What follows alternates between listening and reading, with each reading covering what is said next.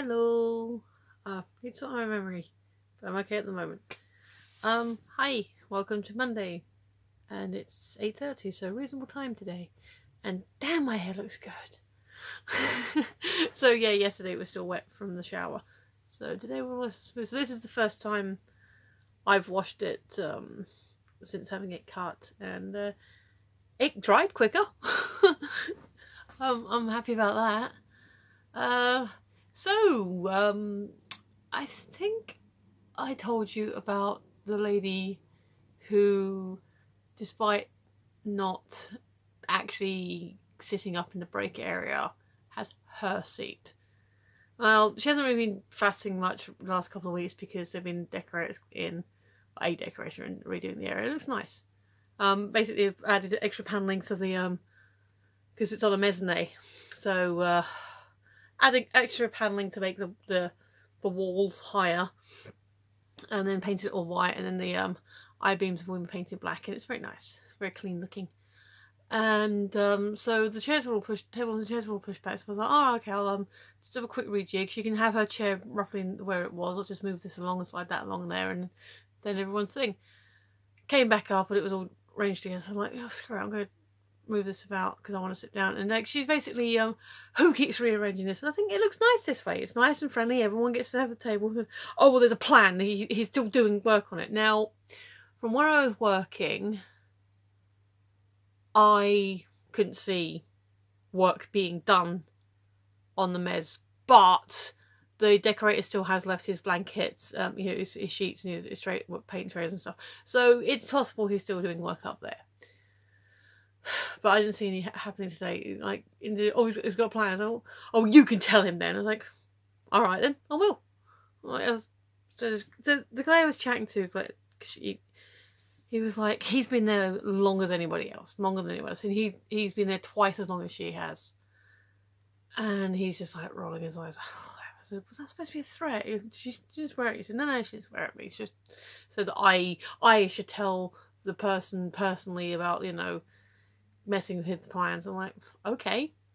And then if he explains it to me in a way that, oh, it makes more sense, but how about this? Because this way everyone... And it's like, if she wants to be precious about her chair, despite the fact she never bloody sits in it, then let her be precious about her chair. But where she moved the chair that I've been sitting in was basically to one side, which meant I'd have to float my sandwich or my hot drink because there is nowhere to put it. So I'm doing it in a way that, hey, look, I can have some table, you have some table, everyone's got some table, who wants table? And if she's trying to be the case of, this is my table, then no, screw you, lady. You can, if you want your chair, you can have your chair, but tables are communal. So see if anything comes of that. Probably won't, because at the end of the day, if she wants to complain, she has to admit that she's being petty about where she's sitting. And I kind of want that to happen, but, So, yeah, basically, what I did learn, I was talking to this other gentleman, is that nobody really takes her seriously. He's like, oh, don't worry about it. So I'm not. I'm just going to park my ass and have it, because most of the time she's not even up there. So, yeah. So that was today. Actually, I did a clever job today. So, like I said, mostly I've been like packaging things or labeling things or putting lids on stuff. The usual jobs that need doing. Someone pours glue into a tub, and then that tub needs to be secured. Come in, just put the lid on. Do that. Those bottles that need labeling. It's fine. It's all the nature of the things, and then obviously you've got to put them in the box. So basically, for the last couple of weeks, we've been putting these tubes of glue in packets of 20, and then into bigger boxes, and then stack them up, and that's that.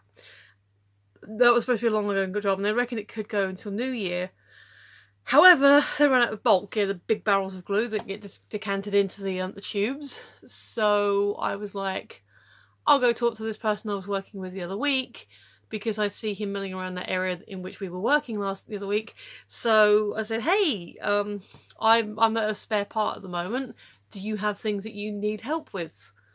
And he's like, oh, actually, yes. So we were doing some bits and pieces, putting on lids and doing this. So it was like a lot of little jobs that he had, like, 50 to 150 units, and those are really small numbers. But he didn't have the labels yet, so there was labeling that we'll need doing. But so yeah, he had because he had such a small amount of a product to sort out. Basically, he was decanting it from a container, like, because you got the big barrels that are on a whole rigging, and sometimes you just got a smaller one for smaller batches, which is basically you get a jug, you pour it into the bowl, and then you go, weigh it, make sure it's the right. So this is where I got my responsible job. He said, "Oh, do you want me to show you how to do like the weighing and measuring, so you can learn how to do that?" I was like, "Yeah, all right then, cool." So it is a little bit. I wouldn't say tedious. It is finicky because it had to be a certain number. Like, there was a tolerance to it, but it had to hit that target. And you are talking like literally, that's enough, and then measuring it. But no, that was cool. I got to be a weights and measuring person, so I was quite happy with that. So yeah, arguing with Madam, kinda, because she honestly thinks she's the cock of the walk, and she really isn't. That was something matey said. He was like, I've had arguments with her, I've sworn at her, because she like insists that I do this thing for her, and it's like not my job. And I was like, well, if she was nicer, like, no, I know how to do it, I just don't want to do it for her. Like, here we go. So it is, especially when you're new somewhere, it is reassuring that the person you're having an issue with, whatever the issue is, it's kind of reassuring that, oh wait, no, other people are having a similar issue. And yeah, it means it's not just you, it's them. I know that probably sounds a little bit, I don't know, petty is the right word, but you've all got that one person, especially, like I said, if you're new into the environment, you're like, you don't know, you're just sounding it out, and you don't know who you can talk to about this sort of stuff. And then when other people are like, rolling their eyes behind their back, it's like, oh, it's not just me. Oh, I thought it was because like I was new and she was being, no, they are. So yeah, that's my work today. Alrighty then. Sorry, it has to make it something. I haven't been editing these recently, so I haven't done any of my tags. I haven't done my playlist. I need to have a catch-up session. Might do that next week. Oh, can't be asked right now. Tired. But anyway, today's question. I'm waffling.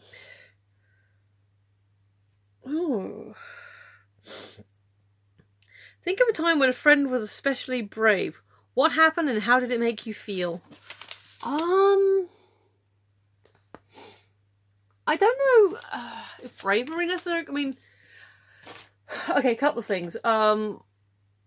It is related to Adam. So obviously I've seen him at work as my supervisor, as management, and I've seen him face off against narky customers. I don't know if that's necessarily brave, because in my experience, we had one guy who threatened to blow the place up, but we all knew that was waffle. But certainly to what I saw, we've never had customers getting actually physical, because they'd probably get beat up. Like, not just like we wouldn't do it, but other people would be like, oi, although in a different, not the store that I worked at, but a different store, one of the managers got slapped, and the only thing we were upset about is that we didn't see it happen, because we put off a lot with the hassle from that particular manager. But yeah, as you know, Adam's a PTSO, which is community support officer. Basically he goes into situations, and I know there's been times where he's done the raids, and like I've asked him about the raids, and he said he's usually the guy holding the door open. But he's still going into situations that kind of scary, and he has done things, like if he's on the beat and he's like seen something, would have had to approach that, and I think that's pretty brave, and that makes me kind of proud of him. Though I've actually seen, I mean, we went to Sherlock. That was his first convention, I mean, I know he's like been away from home, stayed in hotels or whatever, so that's not the thing. But the convention was a whole new thing for him, so it was outside his comfort zone. Again, I don't know if you necessarily call it brave, but he did do new things. We tried new foods. I'm not saying he wouldn't, or any of my friends or people I know wouldn't. I can't say I haven't witnessed anyone close to me who has done like a death-defying rescue or something. I don't know anyone who's like. No, I was gonna say I think someone had done it, but no. I mean, my cousins. I've got an uncle who was a soldier, a cousin was a soldier.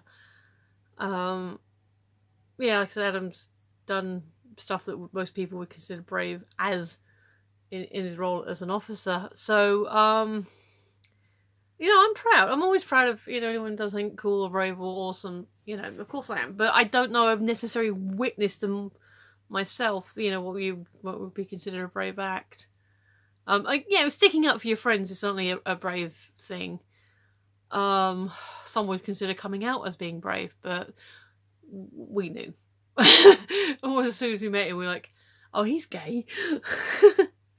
So yeah, I mean, ultimately, you're gonna be proud. You're gonna, have that moment of flushness. I mean, I was proud of him when he got his commission. He became a full off. Well, it's not full officer, but yeah, I mean, what was the line from The Lion King? Bravery's. Was it The Lion King? Bravery is being scared but doing the right thing anyway. It's not necessarily jumping into danger to prove that you're brave. It's being in a bad situation and doing the right thing. So yeah, probably that. I haven't witnessed any super scary situations that then people who are close to me have gone, I'm going to deal with this. But smaller acts of things that people could consider brave, for sure, And for some people, stepping outside a comfort zone is an act of bravery. So yeah, just dealing with shitty customers, trying new things, and his everyday life as a PCSO is all bravery in its own way, and stuff I'm really proud of him for. So yay! All right, that's it really. Got nothing else I can add. Feel free to add any comments about anything. And I am gonna go do something else now. I don't know. I can't go to bed yet because he's still in it, but I'm probably just gonna chill because I do actually have a bit of a headache. That's the only downside to working in a glue factory is you do get the fumes. It's pretty well ventilated. It's a pretty big area, so it's not like you're ever really I think there's like one area that can be, if you shut the doors, it can get a bit heady. But generally speaking, they keep the air pretty fresh as much as they can. So as long as you're not actually putting your head in it, you should be okay. But yeah. So anyway, I'm gonna sign off now. If you have been watching, especially if you've gotten all to this part, thank you. You're awesome. I appreciate you. I've been Michelle. You've been listening, and I will see you tomorrow. Bye.